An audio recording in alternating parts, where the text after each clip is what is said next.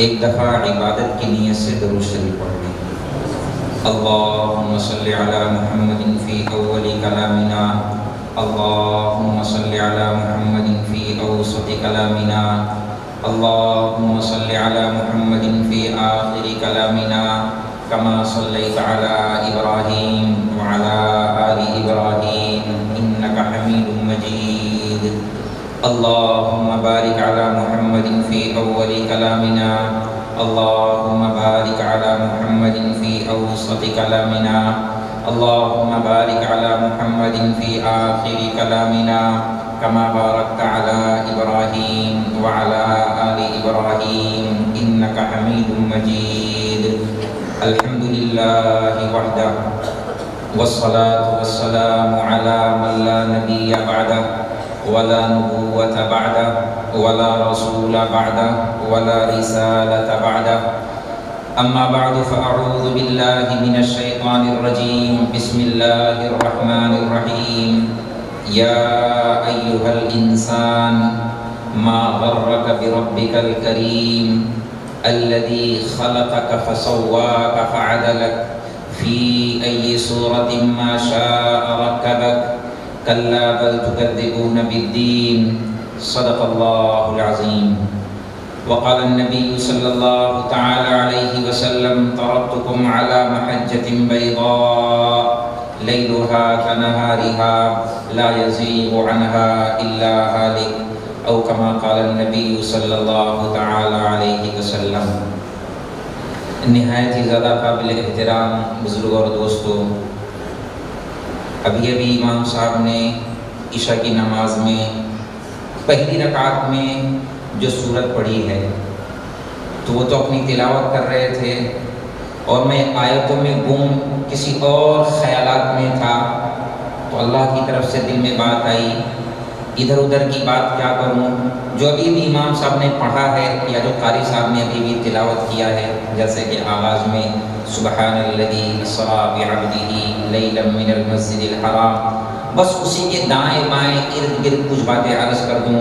میں مقرر بھی نہیں، خطیب بھی نہیں، بس جتنا کچھ قرآن شریف پڑھا ہے اپنے اساتذہ سے اس کا تکرار کر دیتا ہوں، جو کچھ تھوڑا موڑا ٹوٹا پھوٹا سمجھا ہے کوشش کروں گا کہ آپ حضرات کے سامنے رکھ سکوں۔ اور اصل بات تو دیکھیے عمل کی ہے، اصل بات تو عمل کی ہے۔ بہت اعلیٰ درجے کی بات ہے کہنے والا بھی عمل کرے اور سننے والے بھی عمل کریں۔ درمیانی درجے کی بات یہ ہے کہ سننے والے تو عمل کریں اور کہنے والا عمل نہ کرے، کہہ کے چلا جائے، اور انتہائی کم درجے کی بات کہیں، گھٹیا درجے کی بات کہیں، نہ کہنے والا عمل کرے اور نہ سننے والے عمل کریں۔ وآخر دعوانا ان الحمدللہ رب العالمین پڑھیں اور چلے جائیں۔ اصل مدار تو دیکھیے نجات کا وہ عمل پر ہے۔ تو امام صاحب نے ابھی بھی جو نماز میں سورت پڑھی ہے اس کی جو ایک آیت تھی، یا ایھا الانسان، اے انسان، اس کا میں تھوڑا سا بہت ہی وسیع کر کے اس کا مفہوم بیان کروں، اس کو میں سمجھانے کی کوشش کرتا ہوں۔ اس آیت کے اندر اللہ نے جو تعبیر استعمال کی ہے، ایک مضمون ہے، وہ ایسا ہے گویا ماں باپ سے روٹھ کر کوئی بچہ ناراض ہو کے چلا جائے۔ ایک ضد تھی، مجھے یہ کام کرنا ہے، باپ ناراض ہو گیا، اماں ناراض ہو گئی، اس کو ایک تماچا لگا دیا، وہ روٹ کر کے چلا گیا۔ بچے نے ضد کیا تھا مجھے موبائل چاہیے، ماں باپ سمجھا رہے بیٹا یہ تیرے نفع کا نہیں، تیرے نقصان کا ہے، مجھے سائیکل چاہیے۔ ماں باپ سمجھا رہے بیٹا ابھی تو چھوٹا ہے، گر جائے گا، چوٹ لگ جائے گی۔ وہ ضد پر آ گیا، ماں باپ نے اسے مار دیا، وہ ناراض ہو کے چلا گیا۔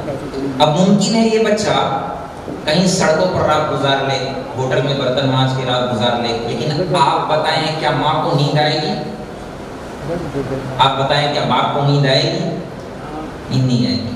پھر ہوتا کیا ہے، لوگ تلاش کرتے ہیں اپنے اعتبار سے جتنا ہو سکے اس کے دوستوں میں، پہچان والوں میں، دوستوں کے دوستوں میں، رشتہ داروں میں کوئی فون کرتے ہیں کہ فلانا آیا ہے نہیں آیا، بچہ بھاگ گیا، روٹ کے چلا گیا، ناراض ہو کے چلا گیا، اپنے اعتبار سے کوشش کرتے ہیں۔ پولیس اسٹیشن بھی جاتے ہیں اور پھر جگہ جگہ چوراہوں پر، بس اسٹینڈ پر، اسٹیشنوں پر، جہاں جہاں وہ پرچیاں لکھ کے ڈالتے ہیں، پوسٹر چپکاتے ہیں، فلانا فلانا رنگ کا، اتنے اتنے قد کا، ایسی ایسی چال والا، اس رنگ کا، اس کپڑا پہنے ہوئے، اس لباس میں، عمر اتنی ہے، نام یہ ہے، گھر سے بھاگا ہوا ہے، اگر کسی کو نظر آئے تو اس پتے پر پہنچا دیں، لکھا ہوا ہوتا ہے۔ پھر مزید کوئی کشادہ دل ہوتا ہے یا زیادہ محبت ہوتی ہے تو نیچے لکھا ہوا ہوتا ہے پہنچانے والے کو انعام سے بھی نوازا جائے گا، لکھا ہوا ہوتا ہے۔ عام طور سے ہم یہی دیکھتے ہیں اسٹیشن پر یا بس اسٹاپ پر، پھر نیچے نوٹ لکھی ہوتی ہے، اگر وہ بچہ خود پڑھ رہا ہو تو وہ چلا آئے، اسے کچھ کہا نہیں جائے، وہ آ جائے، اسے کچھ کہا نہیں جائے۔ تو وہ ایسی ہی کچھ تعبیر ہے، تفسیر ہے، مضمون ہے، اللہ اپنے روٹھے ہوئے بندوں کو بلا رہے ہیں۔ یا ایھا الانسان ما غرک بربک الکریم، اے بھٹکے ہوئے انسان، اے دھوکے میں گم انسان، کہاں چلا گیا تم؟ اپنے رب کو بھول گیا؟ ارے میرا تیرا رشتہ ہے، میں تیرا رب ہوں، خالق ہوں۔ جیسے ماں، اگر بچہ بھاگ جائے، ابھی جلدی کی بات ہے، مجھے بتانا مناسب نہیں لگ رہا، ایک بچی ناراض ہو کے چلی گئی، ابھی جلدی کی بات ہے، میرے دوست کی بھانجی ہے، 11 دن ہو گئے ابھی تک آئی نہیں، اس کی ماں اتنی پریشان، ارے مفتی صاحب سے کوئی وظیفہ پوچھو، کوئی وظیفہ پوچھو، کوئی وظیفہ پوچھو۔ آپ بتائیں اس کو نیند آ رہی ہوگی؟ اس کی ممتا اسے سونے دے گی؟ ہر آہٹ کہ میری بچی تو نہیں آ گئی، ہر بجنے والا فون میری بچی کا فون ہوگا، شاید کوئی خبر آ جائے۔ بہت معمولی سا رشتہ ہے، خالی جنا ہے ماں نے۔ یہاں بہت ساری مائیں شاید سن رہی ہوں گی، بیٹھی ہوئی ہیں مسکراہٹ۔ تو جو ممتا والی، ہر ماں ممتا والی ہوتی ہے، ایک بچی اگر ناراض ہو کے یا بچہ ناراض ہو کے چلا جائے تو اس کی ممتا اسے سونے نہیں دیتی، بے چین بے قرار ہوتی ہے، شاید میرا بچہ آ جائے، شاید میری بچی آ جائے۔ ایک رشتہ ہے، ماں نے جنا ہے، رب ہمارا خالق ہے، اس نے پیدا کیا ہے، اور اللہ نے اس رشتے کو بتایا ہے، میں تیرا خالق ہوں، الذی خلقک فسواک فعدلک، میں نے تجھے بنایا ہے، تجھے خلق کیا ہے، اتنا خوبصورت بنایا ہے، اتنا بہترین بنایا ہے۔ اس کی خوبصورتی پر، اس کے اچھا ہونے پر اللہ نے قسم اٹھائی۔ اور بڑے کمال کی بات یہ ہے، امام صاحب نے دوسری رکعت میں وہی آیت پڑھی ہے جو میرا جی چاہ رہا تھا، میرا دل ڈول رہا تھا کہ وہی سورت پڑھ دیں، میرا دل ڈول رہا تھا کہ وہی سورت پڑھ دیتے تو مزہ آ جاتا، تو اللہ نے ان کے دل میں شاید بات ڈالی، دل خوش کر دیا۔ والتین والزیتون وطور سینین وہذا البلد الامین، 4 دفعہ اللہ نے قسم کھایا ہے، 4 قسم، انجیر کی قسم، زیتون کی قسم، طور سینا کی قسم، بلد امین کی قسم، 4 قسم کھا کے اللہ نے کہا لقد خلقنا الانسان فی احسن تقویم، ہم نے انسان کو سب سے بہترین بنایا ہے، سب سے اشرف مخلوق بنایا ہے، مکرم مخلوق بنایا ہے۔ قسم اٹھا کے اللہ نے یہ بات کہی ہے، تو اللہ تعالیٰ وہ احسان یاد دلا رہے ہیں، بندو میں تیرا رب، میں تمہارا رب ہوں، تم میرے بندے ہو، میں نے تمہیں کوئی حکم لگا دیا تمہارے ذمے کہ بندو یہ کام کرو اور یہ نہ کرو تو تمہارے نفع کے لیے ہے، وہ میں تمہارا بھلا چاہتا ہوں، میں تمہاری خیرخواہی چاہتا ہوں۔ بچوں کی سوچ بہت محدود ہوتی ہے، بہت چھوٹی ہوتی ہے، ان کے سامنے صرف ریموٹ والی گاڑی ہوتی ہے، وہ تو رو رہے ہوتے ہیں مجھے ریموٹ والی گاڑی چاہیے، انہوں نہیں خبر کہ امتحان قریب ہے۔ ماں باپ بار بار یاد دلا رہے بیٹا یہ کھیلنے کا وقت نہیں ہے، تیرے امتحان کا ٹائم ہے، نہیں امی مجھے ریموٹ والی گاڑی چاہیے، نہیں ابا مجھے ریموٹ والی گاڑی چاہیے۔ آپ کو لگ رہا ہے میں تقریر کر رہا ہوں؟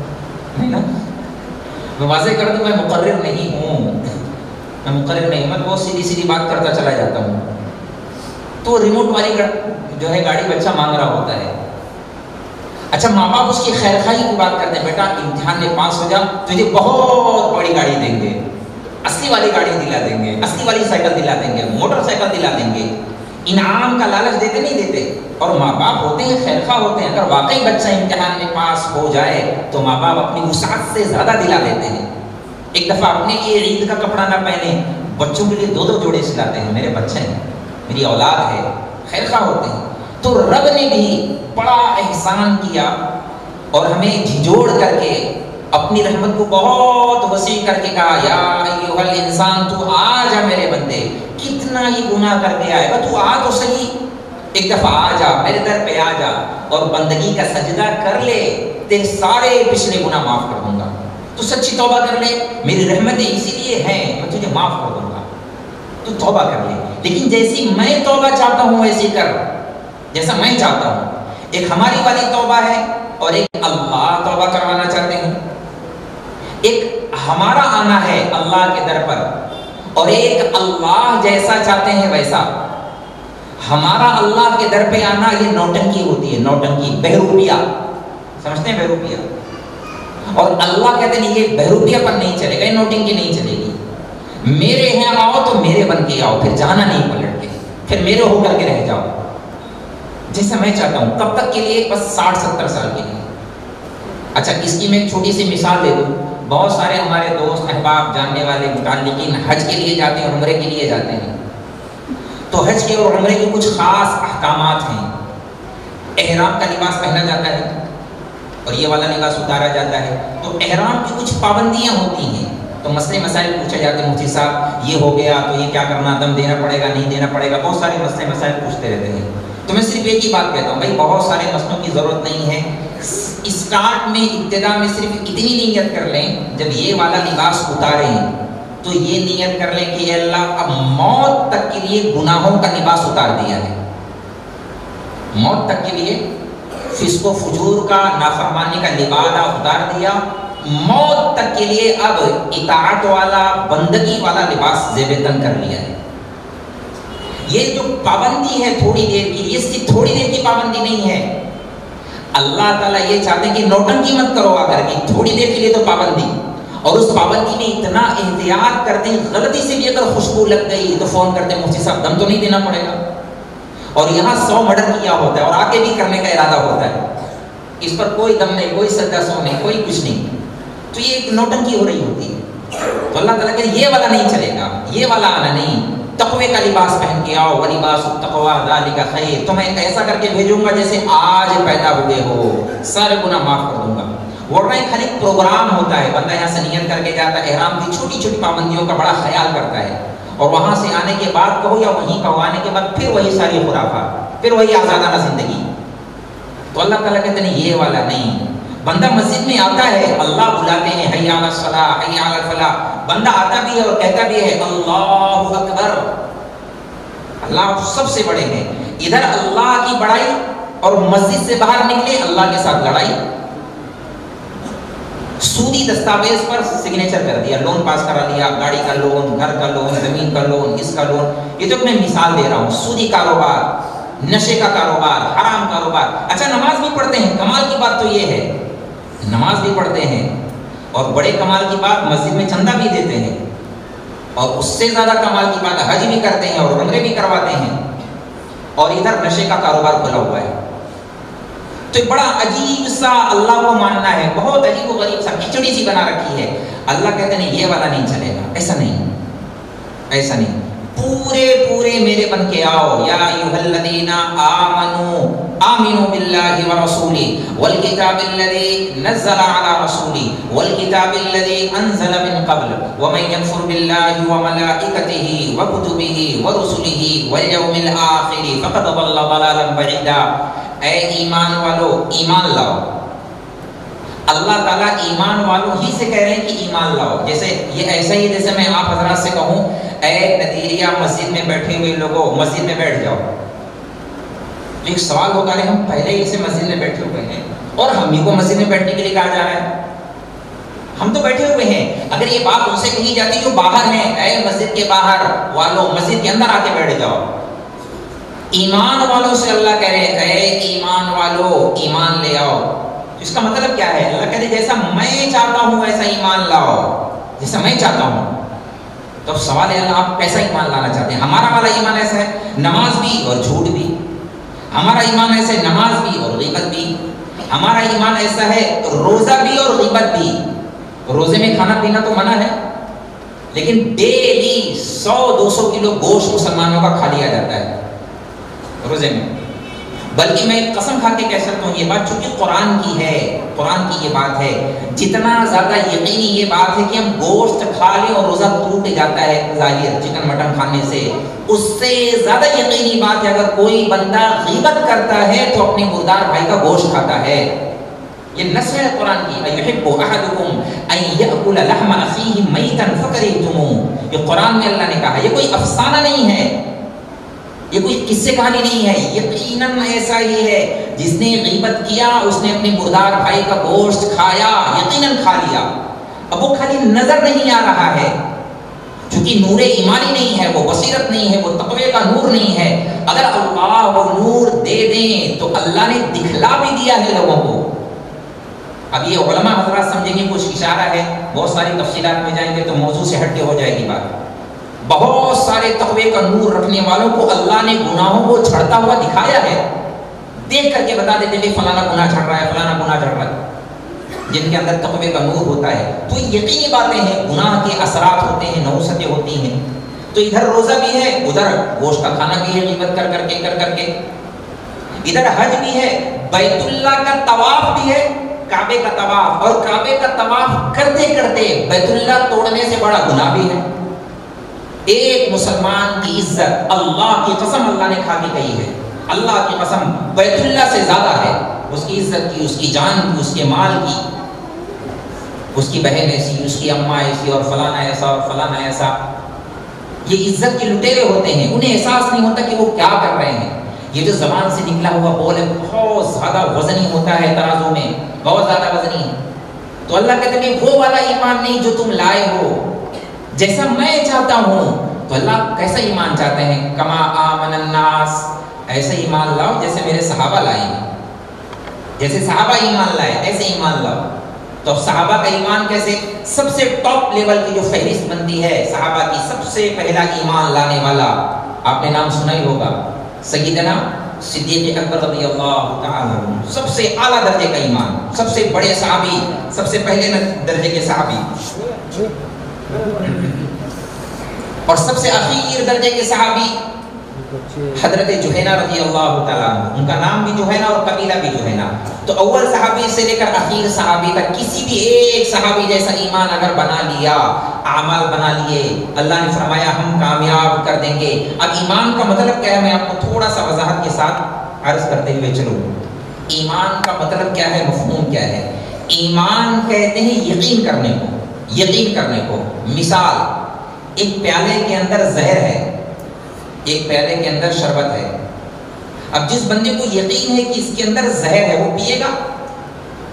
ہرگز نہیں پیے گا، نہیں اس کے اندر، ہاں اگر خودکشی کرنا ہو تو چاہے پی لے، ورنہ نہیں پیے گا۔ یہ بڑا عجیب سا ایمان ہے، بڑا عجیب سا، کہ کہتا بھی زہر ہے کہ نہیں زہر ہے، میرا ایمان ہے زہر ہے، وہ پی بھی رہا ہے۔ بڑا عجیب سا ایمان نہیں ہے؟ بڑا عجیب سا ایمان ہے۔ اس انسان کے اندر اگر کرنٹ آ رہا ہو اور پتا ہو کہ ہاتھ لگاؤں گا تو کرنٹ لگ جائے گا، جل جاؤں گا، کہتا بھی ہے مانتا بھی ہے، تو آپ بتاؤ کوئی کرنٹ کو ہاتھ لگاتا ہے؟ نہیں لگاتا ہے۔ ایمان لانے کا مطلب ہوتا ہے کہ نقصان دہ چیزوں سے بچنا، نہیں یہ کام نہیں کرنا، نقصان ہے اس کا۔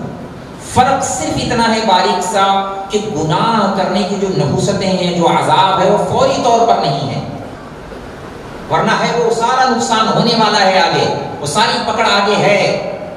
تو جس بندے کا یقین ہے کہ نماز چھوڑنے پر یہ گناہ ہے، رشوت لینے پر یہ گناہ ہے، نشہ کرنے پر یہ گناہ ہے، زنا کرنے پر یہ گناہ ہے، ماں باپ کی نافرمانی پر یہ گناہ ہے، حرام کھانے پر یہ گناہ ہے، جھوٹی گواہی دینے پر یہ گناہ ہے، سود کھانے پر یہ گناہ ہے، تو بڑا عجیب سا ایمان ہے کہ ایمان بھی ہے اور کرتا بھی ہے۔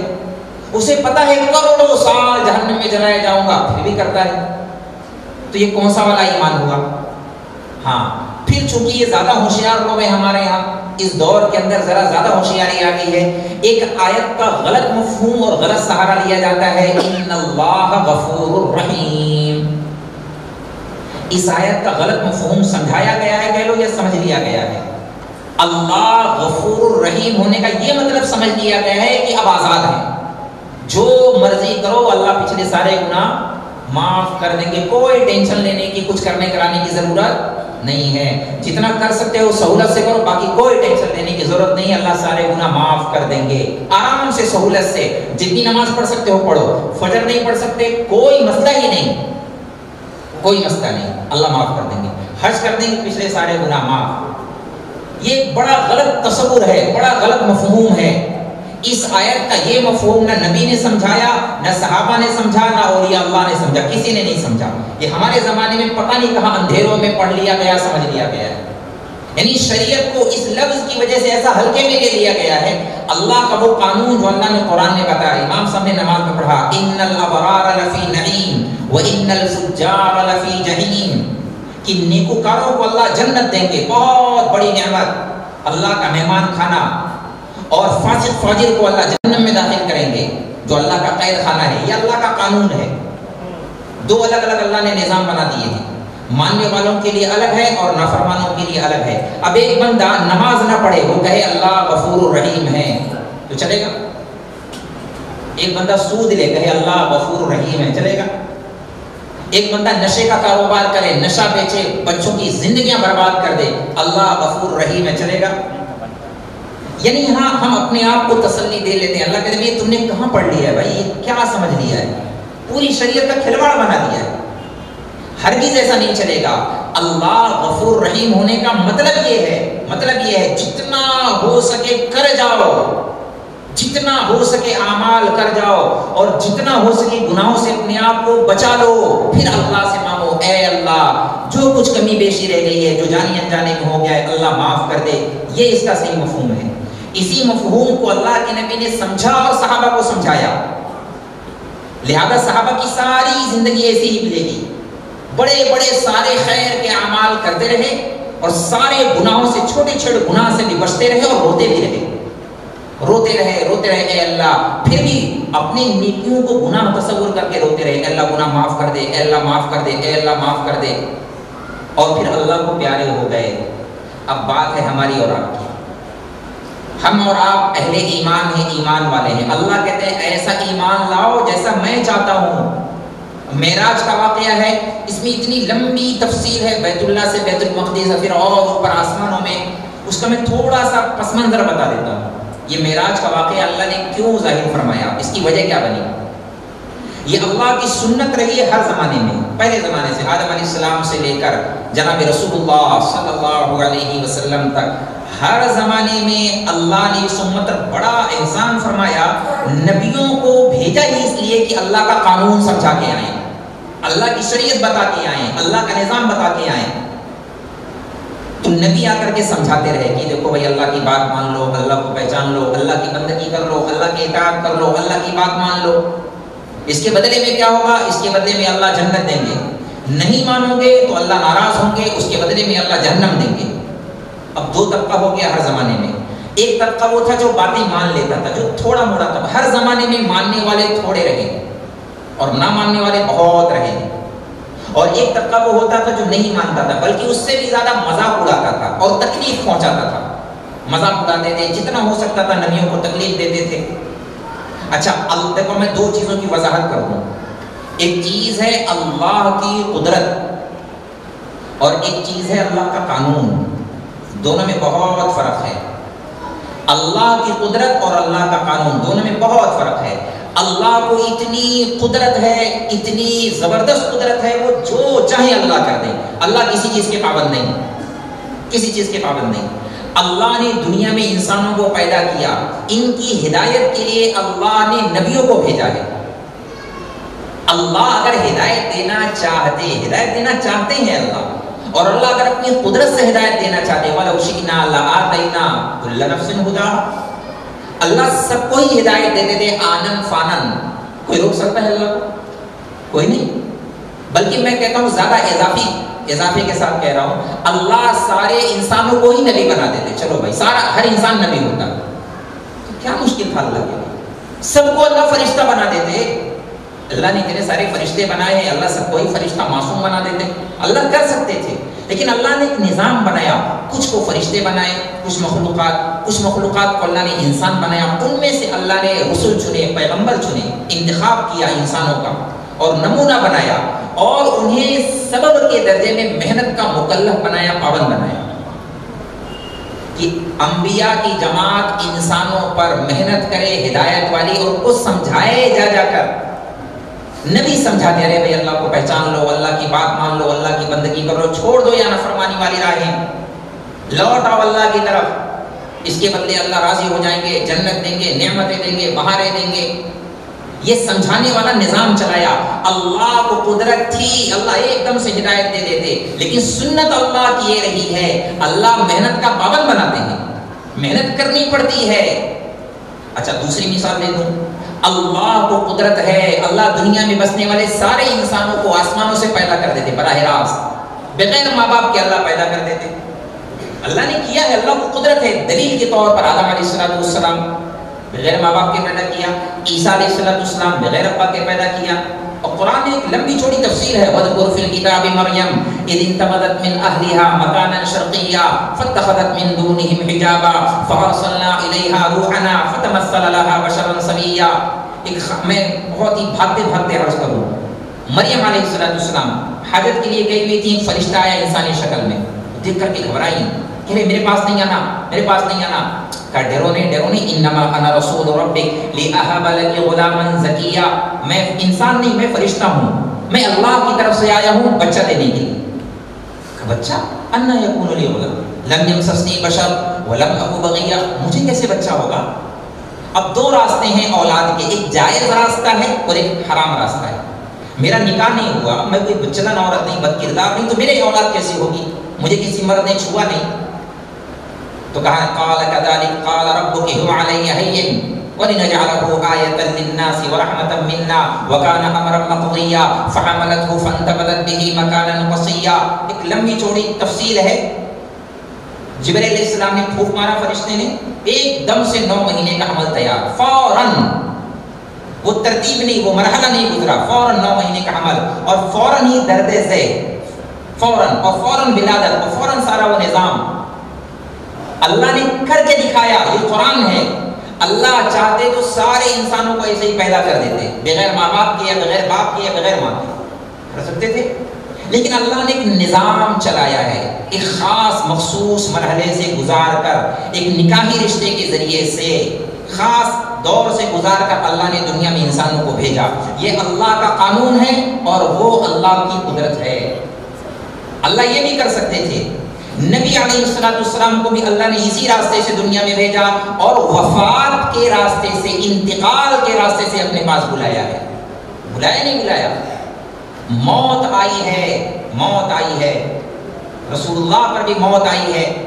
انسانوں، اللہ نے عیسیٰ علیہ السلام کو زندہ بلا لیا اپنے پاس، اللہ کو قدرت ہے۔ تو اللہ اپنے نبی کو بھی، جب اللہ معراج میں بلا سکتے ہیں تو نبی کو تکلیف دینے کی ضرورت کیوں محسوس ہوئی؟ نبی کو بھی بخار کے راستے سے، درد سر کا شدید، سر کا درد، بہت زیادہ شدید سر کا درد، سر پھٹا جا رہا تھا اور بخار اتنا زیادہ تھا آپ نے پٹی باندھی ہوئی تھی، اسی راستے سے، موت کے راستے سے اللہ نے بلایا ہے۔ یہ اللہ کا قانون ہے۔